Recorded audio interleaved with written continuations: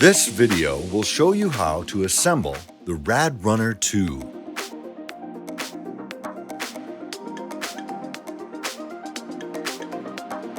Photograph all four sides of the box and get a close-up of the serial number. Keep the photos for your records. Unpack the bike. Carefully lift the bike out of the box and prop it on the kickstand. Your packaging might look different from what you see in this video. During assembly, be careful not to touch the brake rotor on the front or rear wheels, as that can deposit oils on the rotor. Find the box that contains the owner's manual, charger, headlight, front fender mounting hardware, handlebar stem, faceplate mounting hardware, pedals, and the assembly toolkit. The assembly toolkit contains a variety of tools to help with assembly. You will use many of these tools, but not all of them, to assemble the bike. We also recommend using a pair of flat side cutters, a pedal wrench, a bike pump with a Schrader valve and pressure gauge, a torque wrench with a set of Allen bits, and some bicycle grease. Snip the zip ties holding the handlebar to the frame and carefully lay the handlebar down. Remove the rest of the packaging, set the front fender aside. Recycle the packaging according to local rules, or save the packaging if you might want to ship your bike in the future. Locate the handlebar stem faceplate mounting hardware. Make sure a washer is on each bolt. Remove the packaging from the handlebar and then position it in front of the stem. Make sure that the bundle of cables at the front of the bike is not twisted. The brake levers should face forward and the bundle of cables should pass in front of the head tube. Center the handlebar on the stem.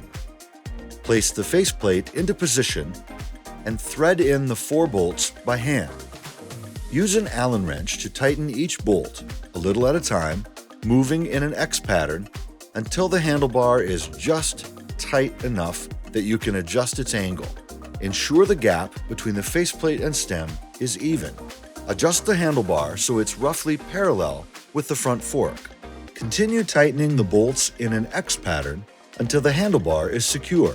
Torque the handlebar faceplate bolts evenly to 8 Newton meters.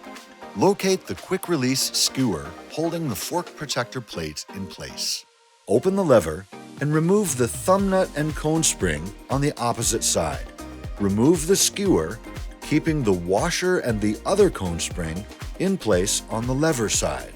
Remove the axle protector and wheel protector from the front wheel.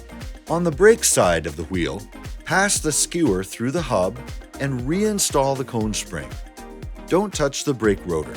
Both cone springs should point in toward the wheel hub.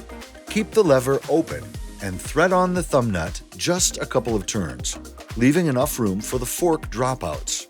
The brake rotor should go into the brake caliper between the brake pads. The axle should enter the fork dropouts fully. If installing the front wheel is difficult, use an Allen wrench to widen the gap between the brake pads by turning the inner pad adjuster out counterclockwise 2 clicks and then install the wheel. Check that the wheel and quick-release lever are centered and fully seated in the dropouts. Tighten the thumb nut until the lever is too difficult to close. Then, with the lever open, twist the thumb nut 1/4 turn counterclockwise and attempt to close the lever. Repeat this until you're able to close the lever all the way. There should be enough resistance that the lever leaves an imprint on your palm. Remove the headlight mounting hardware using the 5mm Allen wrench and the 10mm wrench. Pass the fender back from the front of the wheel under the fork crown. Locate the front fender hardware. Pass the bolt through a washer, the headlight mount, the fender mounting point, and fork crown mounting point. Then install the remaining washer and thread the lock nut onto the bolt end. Use a 5mm Allen wrench and 10mm wrench to tighten the bolt part way. Plug in the headlight connector by aligning the internal notch and pins and external arrows and pressing together without twisting. Locate the fender mounting hardware and position the fender arms. Use an Allen wrench to tighten. Repeat on the other side. Check that the front fender and headlight are centered. Adjust by hand if needed, then torque the front fender bolts and the headlight mounting bolt to 6 Newton-meters. Use a 4mm Allen wrench and an 8mm wrench to loosen the headlight angle adjustment bolt. Adjust the headlight slightly downward so it will not blind oncoming traffic, and tighten the bolt securely. Apply grease to the threaded portion of each pedal axle. Identify the left and right pedal by the sticker or by the markings on the pedal axle. The right pedal has a smooth axle and threads onto the rider's right side. Carefully thread in the pedal by hand, turning clockwise toward the front of the bike. The left pedal has grooves on the axle and threads onto the rider's left side. Carefully thread in the pedal by hand, turning counterclockwise, also toward the front of the bike. Once each pedal is fully threaded into the proper crank, use a pedal wrench to torque each pedal to 35 Newton-meters. Inspect the tires and make sure the tire bead is evenly seated around the rim. Use a bike pump with a Schrader valve and a pressure gauge to inflate the tires to the pressure indicated on the tire sidewall. Rotate the right pedal and crank toward the back of the bike as though pedaling backward. Watch the chain and ensure it runs through the drivetrain smoothly. If the chain doesn't run smoothly or something seems misaligned, please contact Radpowerbikes product support.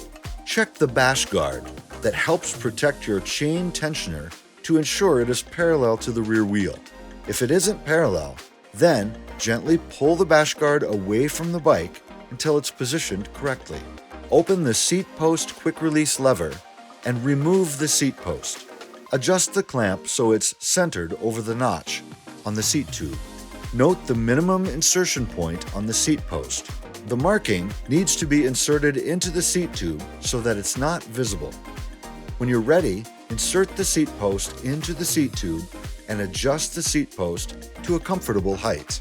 Tighten the thumb nut until the lever is too difficult to close. Then, with the lever open, twist the thumb nut 1/4 turn counterclockwise and attempt to close the lever. Repeat this until you're able to close the lever all the way. Check that all hardware on the bike is torqued to the values listed in the owner's manual. Stand at the front of the bike and brace the front wheel between your feet and lower legs. Hold both handlebar grips and push forward with one hand while pulling back with the other hand. Push and pull with about 20 pounds of force with each hand. Make sure the handlebar and front wheel are still properly aligned. If the handlebar and stem can rotate out of alignment with the front wheel, contact us for help. Work through the safety checklist in the owner's manual. Read the manual fully and keep it for future reference. Test the bike fully before riding. Turn the key to the on locked position and then remove the key. Never ride the bike with the key in the battery. Press and release the power button to turn the bike on. We recommend getting a tune-up from a local, certified, reputable bike mechanic within the first 50 to 100 miles of riding. Follow the maintenance schedule in your owner's manual. Be sure to explore the support materials we provide on our online help center. If you have further questions, reach out to Radpowerbikes product support and ride rad.